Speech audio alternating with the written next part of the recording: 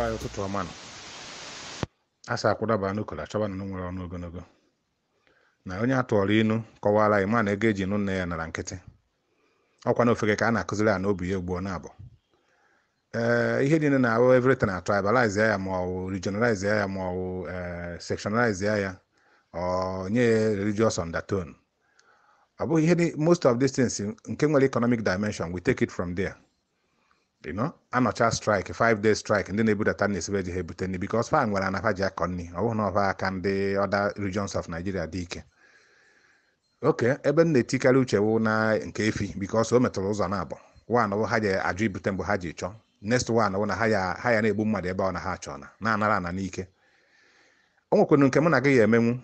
Echetara na mgbe nna m nwụrụ, anyị gburu efi ise ijikwa ya. And he was a moderator. I want to the moderate in our approach or our resources. Man, o nwere ndị nwere echete ama na one girl a na-akpọ Uju mgbe ọ kwara nna ya Dangote butere 112 of efi. O nwere nwa mere ihe ụbọchị asa anyị ego from somewhere. Efi edobere ebe ahụ karị 50 or 60. Efi Hausa. Mgbe Clinton bụ president, Secret Service delegates du ya jee bana restaurant, Danis restaurant ka ha rie nri. I think na California, elu ebe ahụ na California na Colorado, somewhere na Colorado, Utah. Elu ebe ahụ asabụ ndị ọcha, asabụ ha nọcha n'oche, asabụcha ndị ọcha, asabụ ha. Ị na-agụta mgbe ha jizi onwe ha identify ihe ndị ọzọ, they took up the case. Clinton onwe ya gbakakwuo. Ndị na because ndị ojii ka dị ready idobe ndụ ha iche ya ma ọ bụ iche ya karịa ndị ọcha because icheta ha na-akpọ ya black president mgbe ahụ. So enye ndị otu ndị ọcha na-enye ha ndị they forced Danny to employ ndị ojii, they forced Danny to imepe na neighborhood ndị ojii, they forced Danny to inyebedo ndị ojii disk. Nweghị ihe eme ndị ojii gba strike igobe nri. Distance onye ọ na-anọ ebe ahụ ma ụdị ihe anụnwa company ọ na bidoro ịma treat ndị ojii ma ndị Latino ma ihe ndị ọzọ boycott ọ product ya. Ọ bụghị ihe niile ka eji anọ na TV ofu onye oli nne ya gụta ọka ma gbere mebe ihe na nwe onye na-ebule m na mana ebe ọ je end. Ihe ọha na eze apụtana na ya na ha nọrọ ọgụ 3 years 30 months ha nwụcha ha ọ bụrụ ihe niile ka ha ji ekwu okwu ihe niile ikwu ihe niile ime ịkpọ nzukọ ndị Igbo ndị ji ego abaịzụba efi azụbagoro na somewhere na nia ụmụahịa a na-azụ na Achịna a na-azụ na Umunze a na-azụ na somewhere na Enugu and other places. Efi Igbo ijebe ime ihe golie ọdụ Ugbo na ndị achịdata efi South onwe ha onye gorofe fa eme gịnị fa ebido reform we onwe ha because for centuries for decades a na-anụ ọgụ ka ndị a bido mewe ihe ka modern people ha jụ ọ bụghị anyị ihe kere na fa ya ekpu isi because ụta niile dere fa ahụ mana Chineke bụrụkwa ọnụ fa ekpu fe akpụo isi ịnọ ikete na-achọ ije ugwu mmadụ asị eji eju kwụsị ebe a jebe Lagos gị nwa abanye moto jebere onwe gị Lagos ya nwa chọrọ iji ukwu jebe Lagos gị na ya kedu onye ya succeed n'ihe ojeji ime so onye ha chọrọ iji ukwu je you just enter moto jele onwe gị Lagos nata mee ihe ị chọrọ ime jekwa ya ọzọ jee ya ugboro tọmọ nọ before nata. Is it not best to approach it from that way?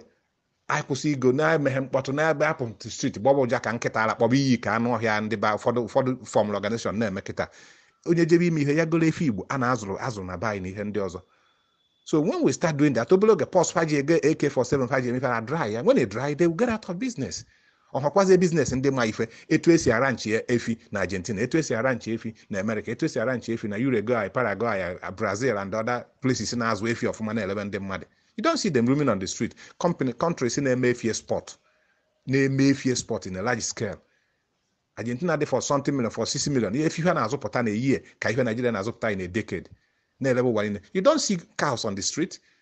So ọ bụghị ibe niile ka eji agbọrọja ma mee ya tribe ma mee ihe ndị ọzọ. No weapon onye nwere ka o ji eme ihe na we have the pulse ahụhụ sọ mụ na gị every civilized Nigeria na osigo na north si na ọkwụsị igo ndị efi obere oge they will civilize themselves because efi ha nwere ine ọ dịka kwashi ọkọ mgbe isi ugbu asachiri ihe na gbadatalụ ebe a gbadatalụ ọdịra ya ị na-ene ndị azụ na ranch na disem ugbu asa ọ na-emepụta milk ọfụma onwe anụ ọfụma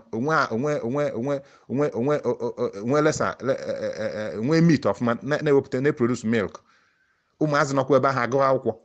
So there is nwere subtle way nwere ike isi wee mee ihe na anụma gụnwa anụ ya kịta onye anụ ya kịta onye anụ ya nne ya nke ọjọọ na-aga na spread too much na social media amaghị m ụfọdụ ji akpọ nke ọma ma nke ọjọọ mana m nwache nọ a subtle approach economic approach ị na-agọta a win-win approach to that problem because on the buy mgbe Yar'Adua nwere as big as he was president ihe na ekechie enu tetụwu ya na ka ihe na nasasị ya.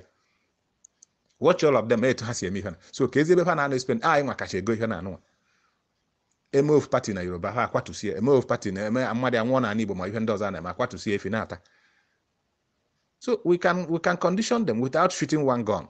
We can condition them. O nwere ike itake from now to 1 year na-eme campaign aha. Ndị na-ele efi ha kịta fa na-ele ya ọgara ha na-etinye more money.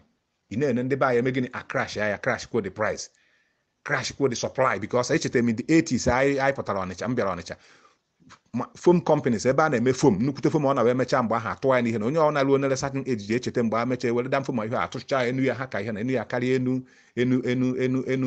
2-story building ọ na-aga ya na-ete ete. Everybody went into ime foam. Etu esi ba na pure water kịta, etu esi ba na a lot of things ndị be anyị onye Igbo fụ ha ebe ego dị n'ife sisi etu a, because the richest people in Argentina are farmers, the richest people in America are farmers. Google Tyson chicken, man from Arkansas, chicken ka ọ na-azụ onwe private jet, rụọ office dị ka Oval Office, White House presidential office. Name one of the richest people in America, the main sponsor of Clinton mgbe o mere ihe na other man sponsor. Ọkụkọ ka ọ na-azụ. So ka anyị tete n'ụlọ ọ bụ ife niile kịta eme ihe na unu nenekwa gọọmenti compensate just na fa na-azụ efi sụsụ efi ihe eji build economy in Nigeria in this primitive crude way ha ji azụ ya. So let's ka anyị mee ihe na anụnwa na-emekwa ihe mmadụ akpụtakwana m efi Igbo, onye na-emejekwa m akpụjere efi Hausa, mmadụ akpụtakwana m efi Hausa, ejekwa m akpụjere mmadụ efi Hausa, onye kpụta ọsọkwa ya si Sokoto buru ya na sị ya biko thank you buru ya na chi ha mụ achọghị ya, because somebody onye mmadụ ga-edobe isi ya were kọwa aka oyibo wee taa ya. Onwe onye dobere nke onwe onye ya eme ihe na. So ka ekwekwere taa ka ọ dịrị etu ha mee ihe na ine just onye hapụ ihe ndị mmadụ ji ekwu ma nwekwana ihe ọzọ dị na ya. Nke a bụ nke anyị onwe ha awụ ha nta ya Hausa. Onye Hausa na Igbo chọkwa ịzụ efi ọzụba ya na-ego mana ya zụọ ya in a civilized way, awụghị m segregationist ma ọ bụ tribalist, no, mana let's call a spade, and this is ewu anyị nwere ike eje ha maachị na street, eje ha nyefu oli na agụta ọkụ opportunity itobe ọnụ ma ọ bụ enwe ebe agbara gbaba asọfa agbara ma ihe ndị ọzọ nwayọ gbachie pọsụ anyị bifo mmadụ na-amụ ihe na-eme na amarakwa na Igbo nwere mọzụ na nke anyị ego ndị ha jụọ ajụjụ. Onye si nọ ya je arụ ka anyị ego ya jụọ ajụjụ tụọ alọ gịnị na-eme ya gazikwenụ.